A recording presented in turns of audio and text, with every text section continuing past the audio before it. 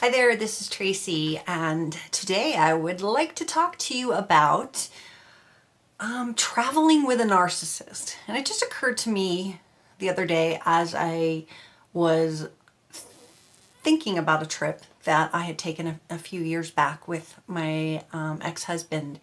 And I'm starting to analyze just things. When things pop into my head, I'm analyzing and thinking, what did that mean? And I'm not making up meanings. I'm trying to understand things, and I'm encouraging you to do this as well.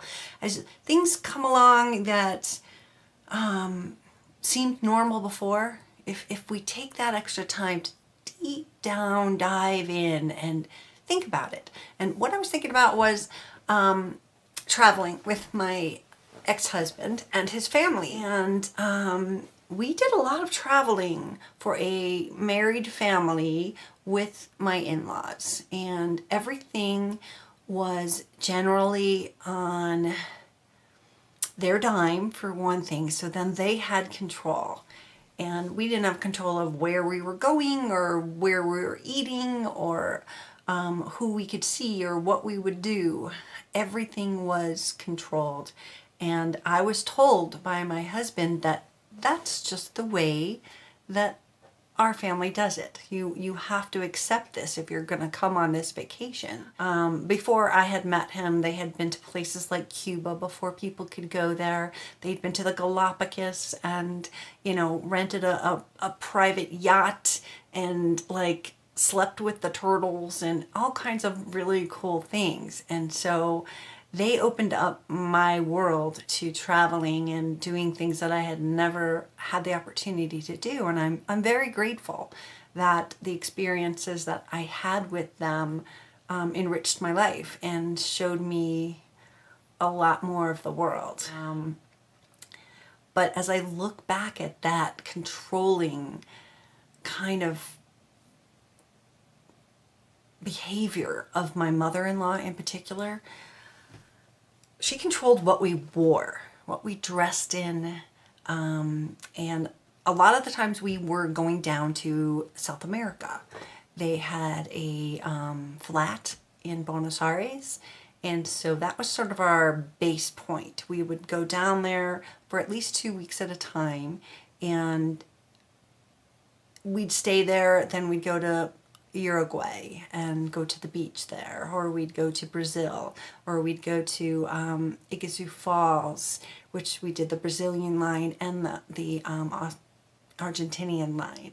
So we had a lot of experience, we had a lot of fun, but everything was planned to the minute. The clothing we had to wear, when we were going, how we were getting there. And I'm not complaining about this. I'm just saying this is how it worked in their family. The mothership made all the plans and made all the decisions and already knew what she wanted to do and where she wanted to take us. So of course we went along. But it was in that control that there was always infighting in the family, infighting with my husband and his parents over them demanding that my son wear black shiny shoes and long pants in the middle of summer in Argentina, because that's the way rich people do it, and we set the example. But he was 9, and he wasn't comfortable in the black shiny shoes, and so my husband tried to voice that opinion to his parents, and it wasn't pretty. There was fighting. We always went with my sister-in-law, and there was fighting, and she was made to feel, as she always is, like a scapegoat, like the unloved one, not the perfect child like my husband was. He was the golden child. And so she would always go into a deep depression, crawling up into a little ball, crying and stuff. And it wasn't a healthy place for me.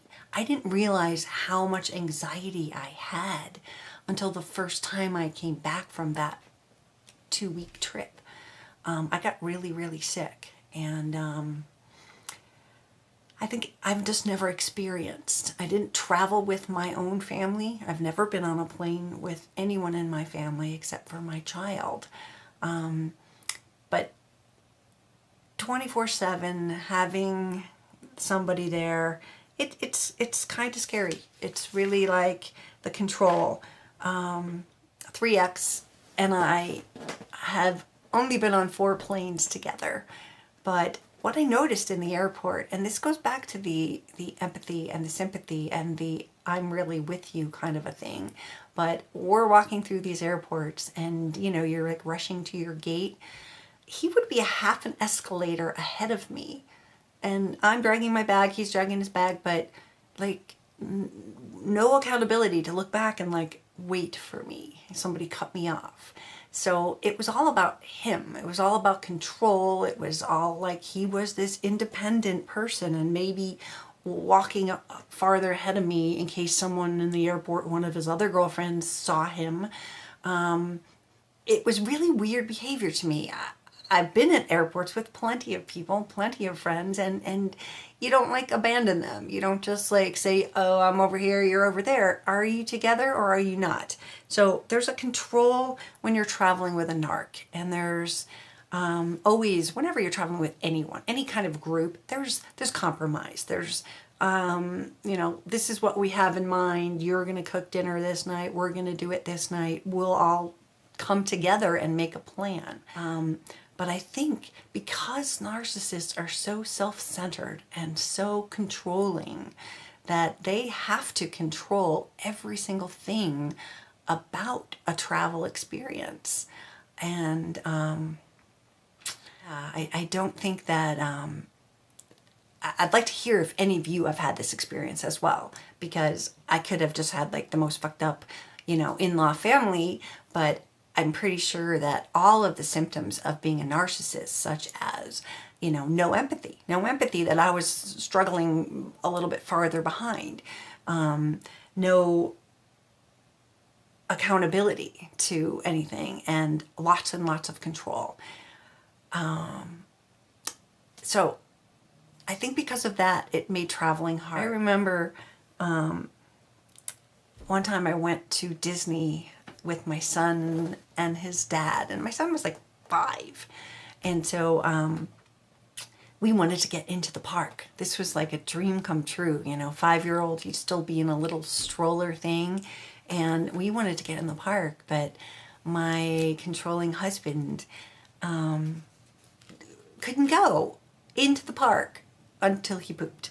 I know that's such a stupid thing, and I'm saying this like it's, but that was control. That was like, when my needs are met, then we can do that. When I have everything I need, then I can open up and come in and enjoy Disney with my son. So that's just a little weird thing. I don't know why I threw that in there. It just popped in there, but it is about control. And if you like these videos, I would really appreciate your support. I have a Patreon page, so it's Patreon Tracy A. Malone. And for those of you who are looking to see how you can help, definitely listen to the ad at the beginning of the thing. Just to give you an idea of what that means to us is with about 100,000 plus 120,000 views, I got $100. So it's not like we are getting like oobs and oobs of money for you to watch that commercial. And so if you want to, that's a really good way. And I am available for private coaching. You can find a link down below. If you are stuck, if you are just confused and you just don't know where to go, I can be your ears. I can be that person that validates everything that you're feeling, explains some of the things that are happening to you. So if you are interested in that, I would really love to talk to you. You can find that information on my website. I'll put the link below, narcissistabusesupport.com. And I look forward to having many more videos with you guys. If you can't afford to support me even with $1, that's totally cool too. I get it. I've been there. I'm there. But if there's anyone out there that wants to buy me a cup of coffee, throw it onto Patreon. I'd appreciate it. So have a great day. This is Tracy, and let's have a narcissist-free day. Thank you.